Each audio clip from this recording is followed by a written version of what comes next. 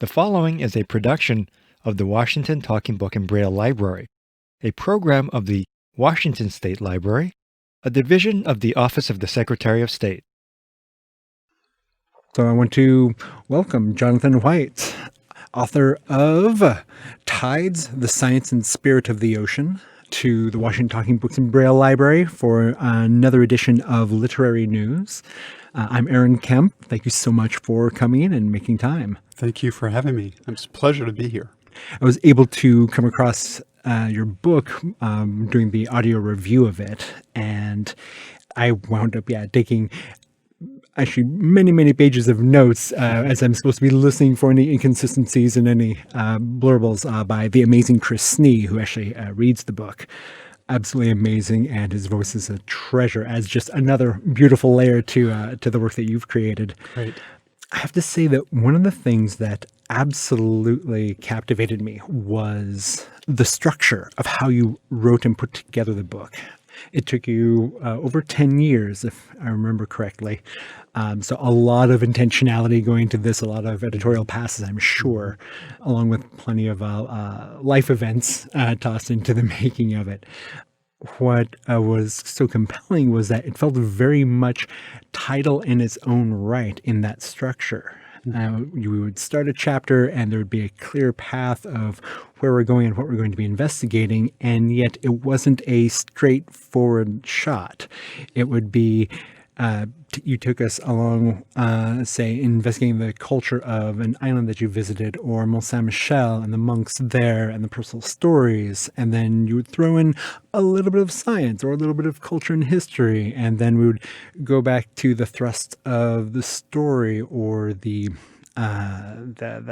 scientific element that you wanted to explore about the tides. And it just was this ebb and flow and occasionally eddying around these human elements that I thought were such a fantastic tool to ground these large natural forces of the tide and phenomena.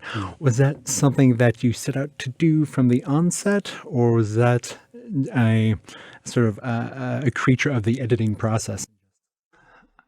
Well, I thank you so much for bringing that up, and especially right out of the chutes. That's a heavy start. No. I love it. I love it because I love it when people bring that up, because it was very intentional. Excellent. And it makes me think that I was somewhat successful in trying to do what I wanted to do.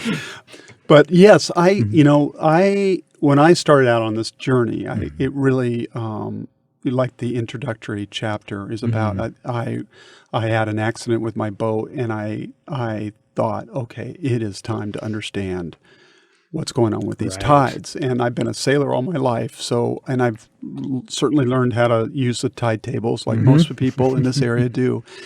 But I never really knew what was happening, what the dynamics were. And I thought that I'd read a book or two and learn what was going on, and that would be it, right? Should be straightforward. Yeah, but it was so much more complex and poetic and mythological and historic than I ever imagined. And so it was a lot like peeling an onion, as they say. Every time I thought I got it, that it was there was another layer. And so I love reading and studying pure science, white papers, all that kind of thing. And I read many of them. And what eventually compelled me to write the book was that in spite of how much I enjoyed those, it was pure science. Right. And I wasn't seeing anything that really brought the whole story together, which was the rich cultural history that we have with the ocean and the littoral zone, the coastal zone, and the tide. There's nothing that represents the coastal zone more than the tide, surf and tides, right?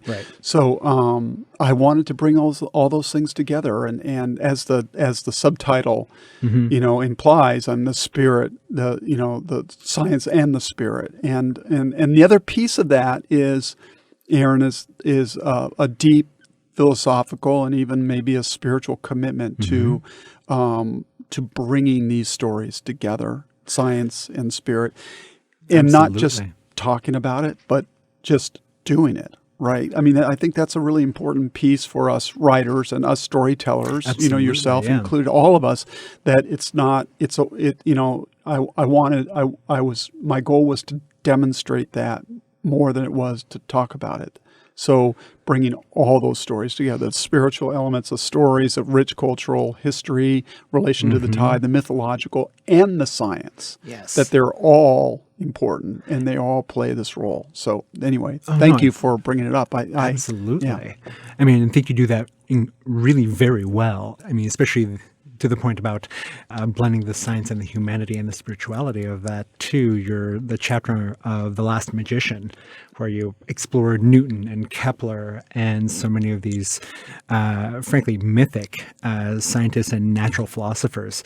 And then you absolutely root them in their humanity and their own personal struggles in how did Newton actually first get involved in Cambridge, and when he first got there, what was he set out to do? Oh, it really wasn't this astronomy business at the very beginning. Turns out he did have a talent for it, and then he followed it up. And then of course the academic politics, and then of course with Galileo, and you have the spirituality and the religion and those forces that influence not just the publishing, as you say, but how a human even conceptualizes this amazing phenomenon of tides and the science behind it. Yeah.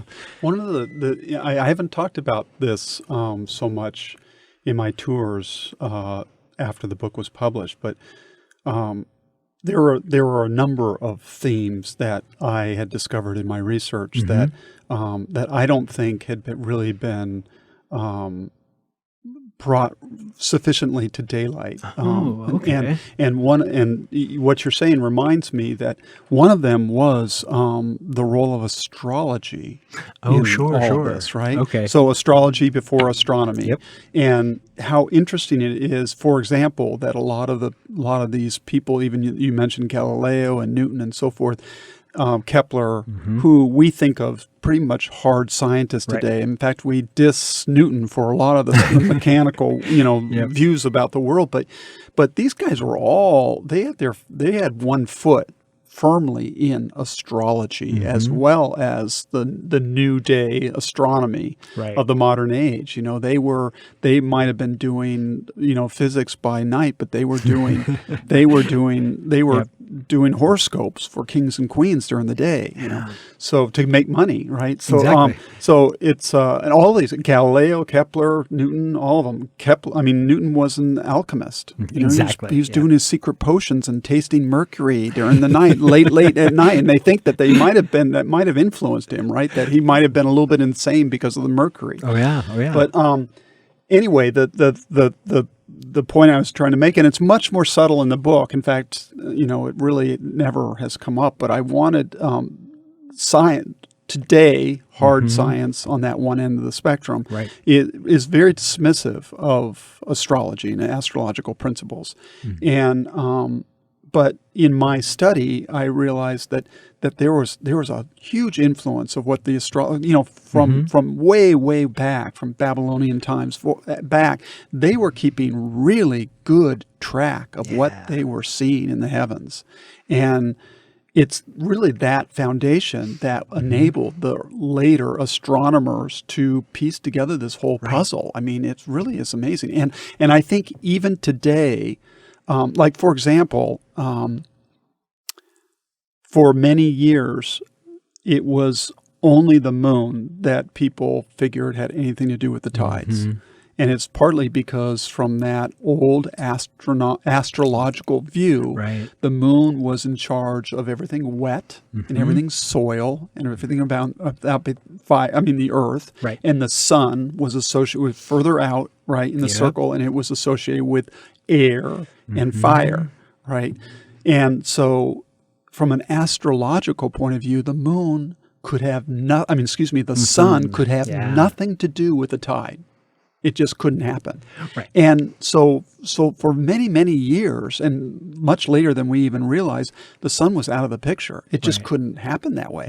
And in fact, I think that there's a carryover of that today. Because a lot of people still associate the tides of the moon, right? Sure, we sure, all do. It's like absolutely. the moon. It's all about the moon. Right. Well, the sun is 50% of the influence. 50%. Yeah. That's no small amount, right? I was stunned. I hadn't Yeah. realized it was quite that much. Yeah.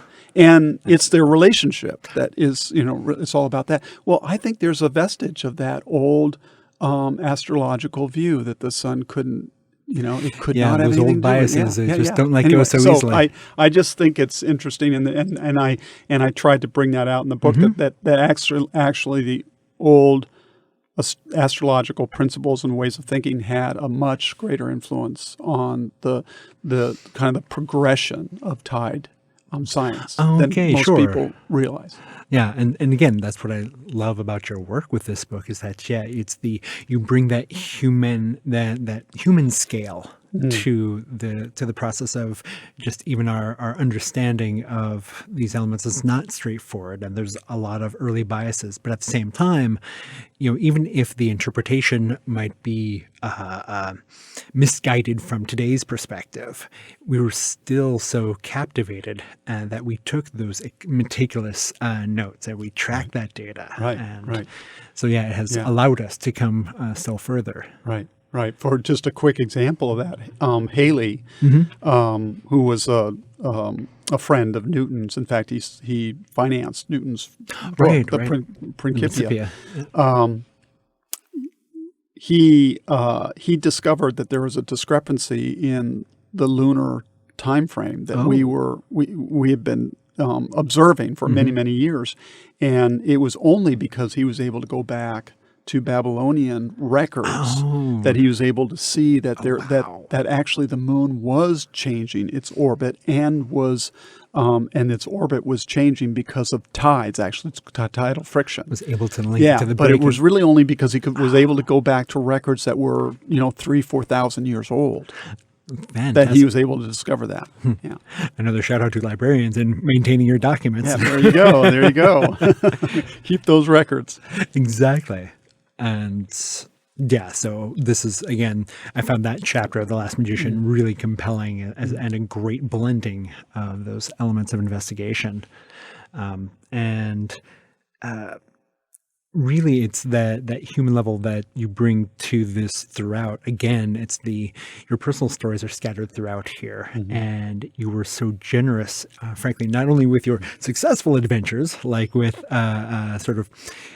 staring down the Chantang silver dragon and the massive 25-foot tidal bore until the final seconds, but then also your early experiences where things didn't go quite so well with your adventures up in I'm forgetting the bay. Was that you? Kalinin Bay. Yeah, Kalinin Bay, Southeast Alaska. Yeah, and you managed to escape unhurt from the miscalculation, or at least not full understanding of what the tides can do when all the other forces are sort of line up to create a more critical event.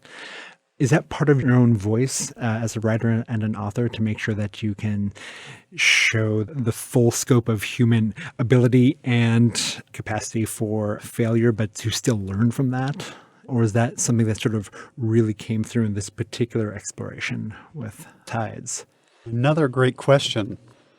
I would say it's an integral part of the journey in its largest sense, that we are all on this path that we choose, right? We're living, we're growing, we're moving, we're finding meaning, we're searching. The writing intensify that. I think for any writer that takes it seriously, that's what happens. Absolutely. And it's a hell of a path. It's very confrontive. And I'm a believer that you can't take it on unless you're willing to open up and really go deep. And when you go deep, you've got to tell it all, right? And it's not that all of it goes in the book, but it all should be on the table. Inevitably, in that searching, that these things come up, my failures, the things that I'm not so strong at and the things that I am strong at. And so I just felt it really needed to be part of it because that's the humanity of the journey. So yeah, it's interesting the comments that I've gotten over time that some people thought that it was too much of that, and some people thought there was not enough, and so which probably means you're nearly just about right. It's good. It's a good sign. It's a good sign. You know, Exactly. a little bit about my father, a little bit. It's like Yep. okay, just enough. But that's what makes it rich for me, and hopefully, when it's rich for me, then it's rich for other people. It felt very much like some of the best journalism that I've read out in the world, too. Thank you very much. I found myself sort of, catching my breath at a few moments, like when you went under the ice in Ungava Bay. That fragility you can experience even in the immensity of the powers at play. You've had so many adventures through the course of writing this book and getting the knowledge for the story you wanted to craft with this.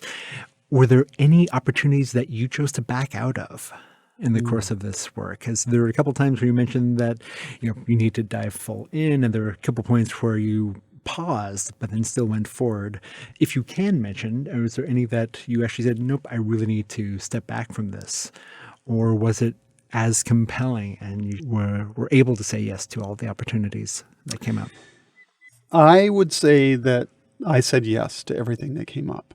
And I'm just that kind of person. And Nice. it's probably not the most efficient way to write a book. If I were maybe more experienced, focused for being efficient, career path kind of thing, Okay. then I probably would spend more time whittling down exactly what it was that I needed or wanted. And then I would just do that. But I'm a believer in going down all the paths. Nice. Every path that presents itself, I'm going down because I want to know what's there. I want to know why it came up. For example, when I wrote the 4th chapter on Newton, I researched bookmaking, from that period of time. I researched London during that period of time, the social structures of London. Absolutely. I researched the coffee houses of London because they were just starting up then. Right. And in fact, the gaggle of people that I followed at the Royal Society spent time going out after their meetings to beautiful. coffee houses where you could get, for a penny, you could get a bowl of coffee, a newspaper, and a pipe of fresh tobacco, right? The penny houses, they call it. Yeah. So Right. I researched mask making because I saw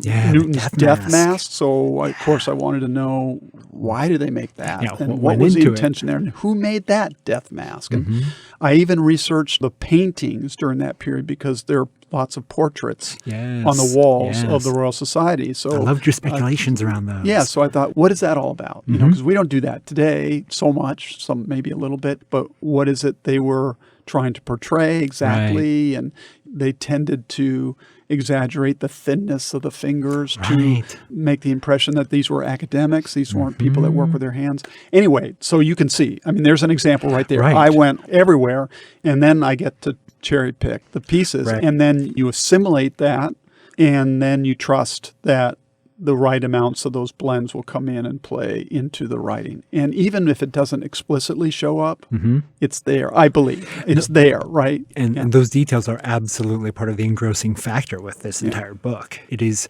so sensorily rich and contemplative at the same time. You bring a great mindfulness to every moment that you're describing. Thank you very much. I'm working on another book now, and I'm doing the same thing. This time, I'm not going to get a contract until I get further along because, I tend to take a long time for this stuff. And again, it's not maybe as efficient as it could be or should be. Not making a judgment about that. It's a personal path. It's a luxurious process to be able to just be open and listen and pay attention.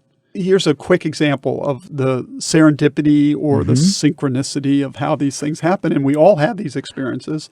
But when you're paying attention and you're listening in the best way possible, as like a meditation, I went to the San Blas Islands to research for the chapter on sea level rise, what was happening with the Cunayala people that live on these very low-lying islands, and they're having to find a new place to live.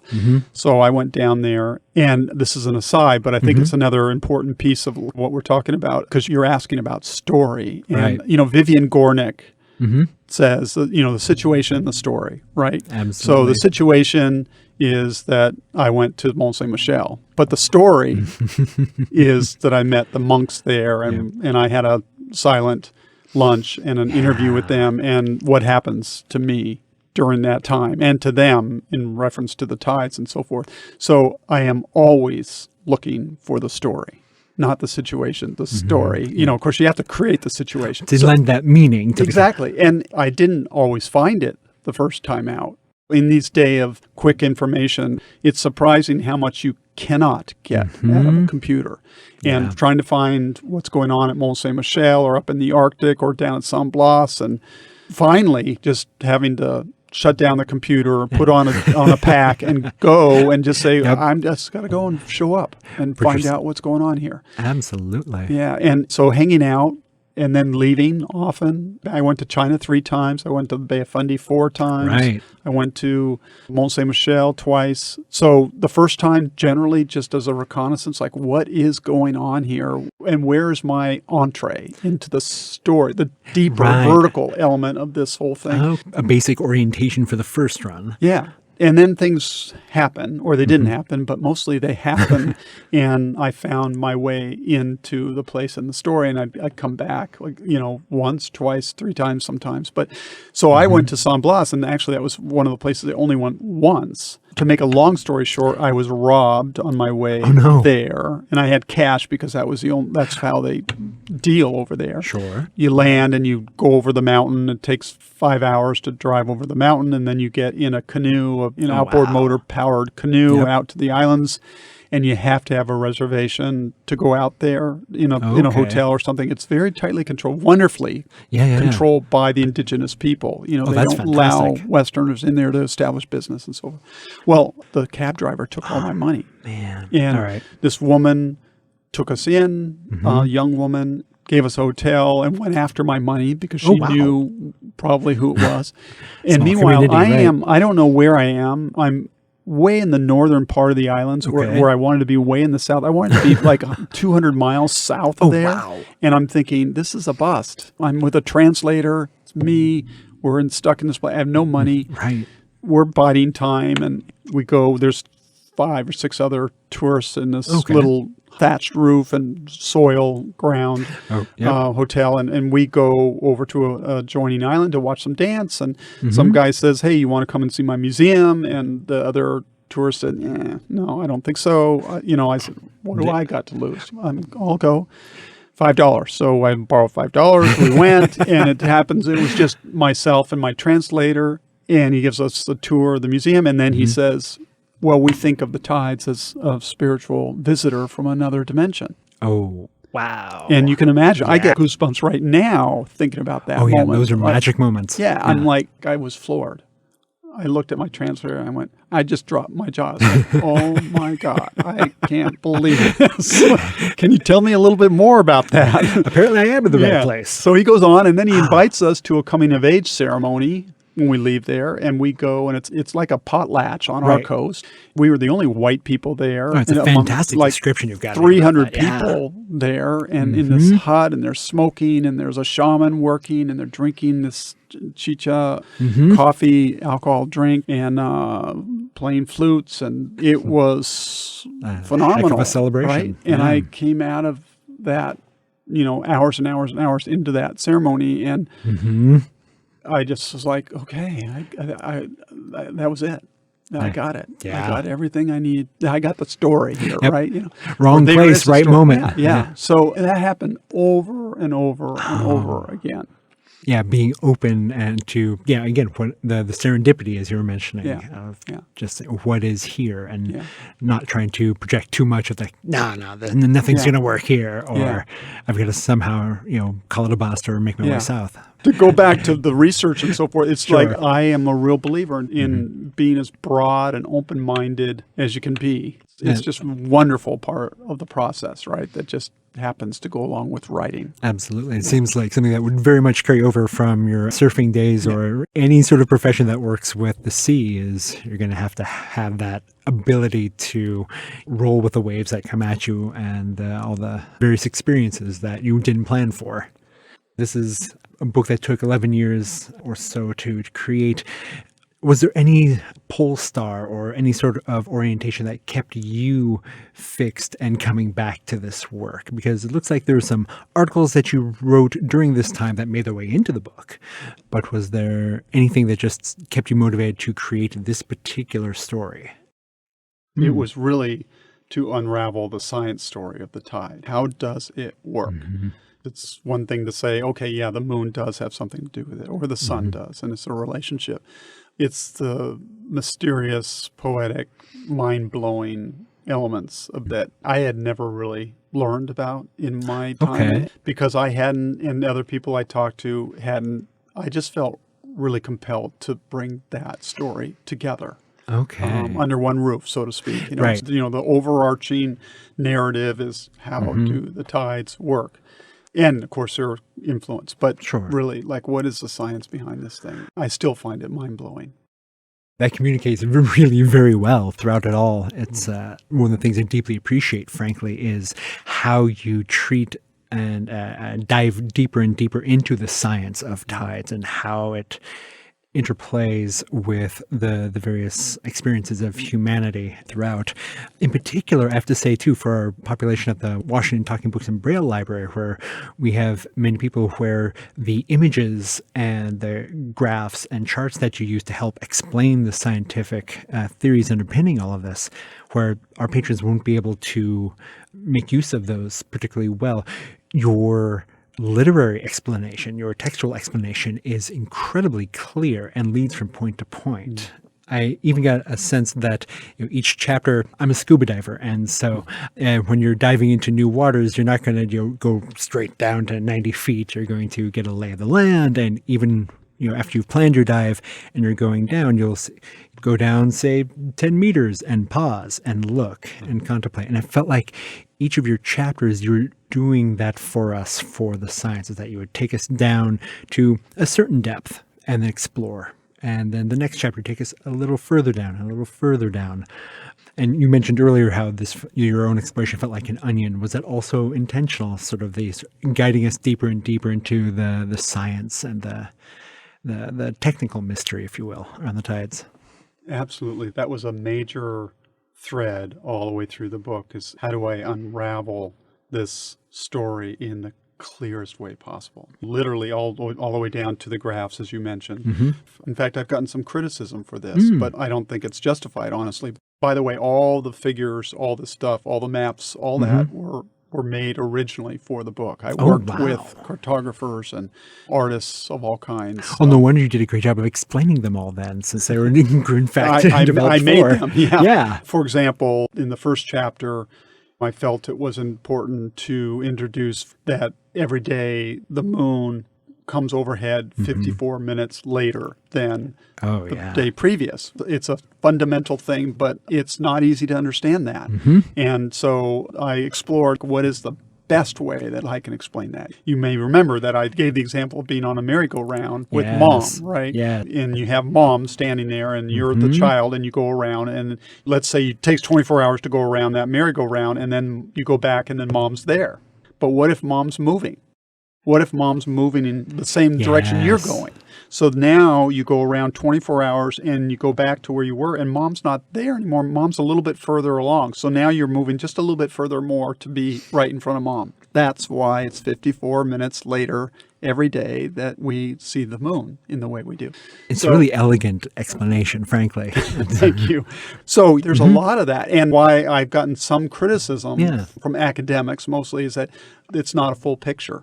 I'm totally fine with it, because it's like I'm actually not trying to tell the whole story in that thing. I'm going to tell you this story, and then I'm going to add a little bit more later, and then I'm going to add just a little bit more later. And give you what we all need right now, only what we need right now. And I'm doing this for myself, right? Absolutely. So, right.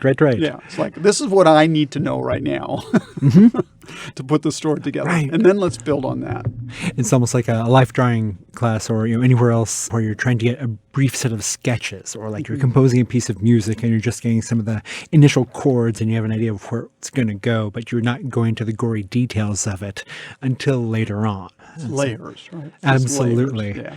And I kept going back actually to a symphony of sorts, because you're adding different sections, you're adding different kinds of music, different ways of explaining things, you're adding different elements of the story, with whether it's people who will have their communities and entire cultures threatened by the rising sea levels, or going back to the astrological underpinnings, so much of our astronomy.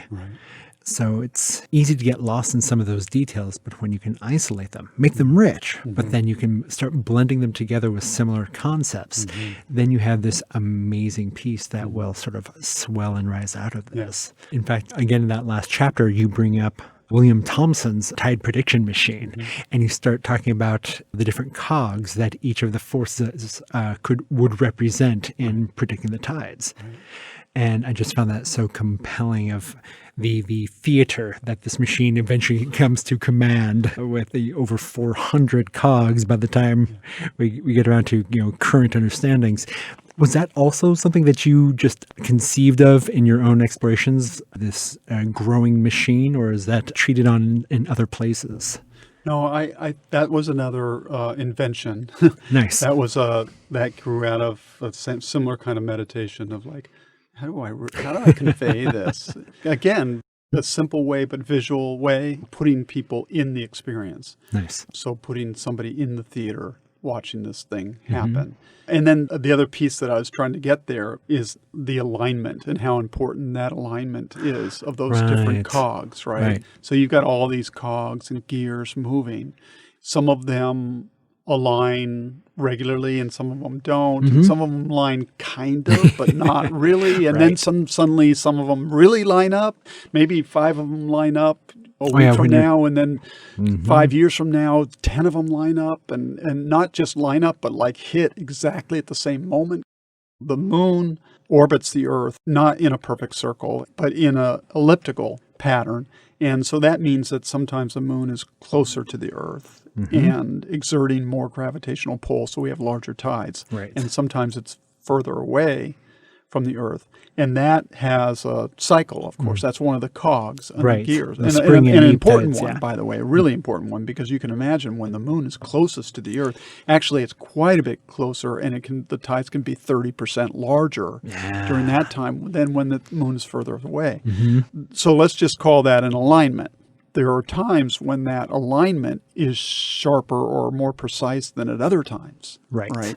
That's called perigee, when it's closest to the Earth. So there's sometimes a perigee with a little p and sometimes a perigee with a big P. And then sometimes there's a perigee when all the letters of perigee are capitalized, right?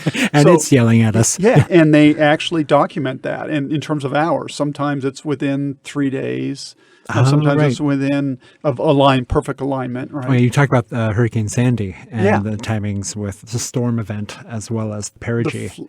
And the flooding of New York City, right? And that if it had happened like 4 or 5 hours later, it would have been more aligned with perigee, and we would have had much larger flooding. Right. And that's just one. So there's 400 of those, right? There's alignments and there are alignments, So it's fascinating. And in each place, that alignment is different and perhaps more significant than others, depending on a whole bunch of things that I bet you're going to ask about. Oh, well, I was going to say one of the really interesting things that I had never heard before was the different strength of alignments between the oceans and the different astronomical bodies, such that I believe the Pacific Ocean is more strongly allied to the sun and the Atlantic is more closely aligned to the moon in terms of resonance. And that was absolutely mind-blowing. Do you have any favorite aha moments of your own? I'm sure this book is entirely a compilation of them, but if you had to cherry pick one or two that sort of moved you and you had to just sort of suck in your breath and take a moment to just sit with that. There were a lot of them. In some ways, I could tell the story of writing the book as a jumping from one of those amazing facts to another. It's like, oh, are you kidding me? And then a little bit later, oh, really? So a couple of those. One is that tides create friction. And it's actually, there's so much friction from the tides that it's slowing down the Earth's rotation. The tidal braking that you describe. That it's slowing down the Earth's rotation. So our days are actually getting longer by a little bit every day, very small amount, but they are getting longer. So 400 million years ago, our days were 21 hours long, not 24, because of the tide. And that same friction is creating a torque on the moon and pushing it away from the Earth at a rate of about 10 feet in a human lifetime. The moon is moving away. It was like 1 or 2 centimeters a year or something. And that's a significant thing, because at one point, the moon was so close to the Earth that we probably had tides of 100 to 200 feet that were every couple hours that were completely washing the planet. So it's an amazing thing. So the tides are a lot of things. And one of the challenges that I had is that I had to accept they could be a lot of these things, and they at first appear contradictory. For example, the tide can't be a wave that travels around the world at 400 miles per hour and also vibration or this or that. But in fact, it's all of those things. Right. But if you keep stirring this pot long enough, you do get to the essence of the tide, which is vibration or resonance, like what you bring up. Musicians know this. I wasn't so familiar with it. Resonance is when something vibrates in response to something else, like a guitar string, and that note is amplified by the body of the guitar, or when we sing in a shower. Right. Right. And every shower has a particular natural fundamental frequency. So if you're singing along and you're singing D, F, E, whatever, and you get to a particular note that's tuned, if you will, to your shower, and it's different in every shower. Absolutely. All of a sudden, your voice becomes vibrant and full and rich. Feel like a genius, right? I mean, you're even resonating in your own cavity, your chest and your head. Are you a musician? I am. Oh, okay. I play guitar. All right. If you take that shower, and again, every shower is different depending on how large it is, what it's made out of. And in fact, the other day, my son, who's 18 years old, loves to play loud music in the shower. He always teases me about all this, right? And of course. And he came and he said, Dad, I discovered the resonant note of our shower today. It's B flat. It's B flat because that's that one note, and the whole place just goes alive. You can loft that shower, singing in the shower, up to the size of the solar system. Right. Right. The shower stalls are the ocean basins of the world. Ah, right. Nice. And the singer is the sun and the moon and the different relationships. So you can call those notes or calls from the sun and the moon. Oh, and the oceans, like shower stalls, respond or they don't. So they can be really resonant basins or they can be dissonant basins. Every basin responds in some way, and to the sun and the moon. But some of them are highly tuned to one or the other. And that gets back to what you were saying. So the Atlantic is highly tuned to the moon. Again, they resonate to both the sun and the moon, but highly tuned to the moon. The Pacific, being the largest basin on the planet, responds more to the sun than any other basin. And that's why we have these crazy tides here, what we call mixed tides, right? So it varies how it's not as regular as the Atlantic. Sometimes the sun takes over and the Pacific is responding more to the sun than to the moon. And sometimes it's the moon, but it's really because the sun is so prominent in the Pacific. Yeah, I think you described it at one point as a dance as well. And sometimes the partners are very much further apart, and then sometimes they are tightly embraced and spinning so much faster. Exactly. And nobody going into the modern era from Newton, I mean, nobody wanted to carry gravity with them. That was this mysterious, silent, unseeable force. It was basically black art, black magic from the earlier era, that everybody was trying to get rid of. Sort of like dark matter back in the late 90s for astronomy. It's like no one wanted to work with it. Yeah, it's ooga booga stuff, right? It's like, that's what we're trying to get. Galileo, Kepler had a falling out because Kepler thought, he's the first one that really brought gravity into the tide picture. But Galileo said, that's just nonsense. That you could have a force that you can't see, that's mysterious, that that reaches across the heavens and stirs the ocean. You are a fool. You're a fool. Right. And they had a falling out over it. And Newton, he was doing everything he could. He had this great tide theory, the first really equilibrium theory, the first really substantial theory of the new modern scientific era. Gave us any sort of footing to work from. And he loathed bringing gravity into it, but in the end, he said, I don't see any other way around it. I'm sorry, but it's got to be part of the picture. One of those great moments of human honesty. It's like, nope, I hate this, but it's got to be a part of it. Still, nobody knows really what it is. He didn't know what it was, but there's this thing. Here's the pages and pages of physics. And then there's this thing, and that's really how it works. Yeah. Yeah, absolutely. There's all the resonances and the different ways that the different astral bodies interact with the tides. And there's also the different way that the people act with the tides. You mentioned early on in the chapter around Montmartre, the monks there, and then also the pilgrims who had come there, and that they were making this pilgrimage to come to better understand their relationship with God. But as you say, they often found themselves coming to a much better understanding of their relationship with tides and water. Did you find yourself on a similar journey where you expected to learn about the tides? And obviously you did. Did you also find yourself learning about something else that you find as equally compelling and valuable? There's a couple of things. One is that this is somewhat of a spiritual journey. And I'm sort of the belief that any path that you take seriously is a spiritual journey. There's no way around it if you're going to do it well, right? Yeah. That was one piece of it, is to go so deeply into this universal phenomenon to further appreciate and to deepen my understanding of the brilliance of the universe, the sheer brilliance of where we live. And I get teary about this stuff because it's just so powerful. And it didn't have to be this beautiful. It didn't have to be this remarkable, right? But it is.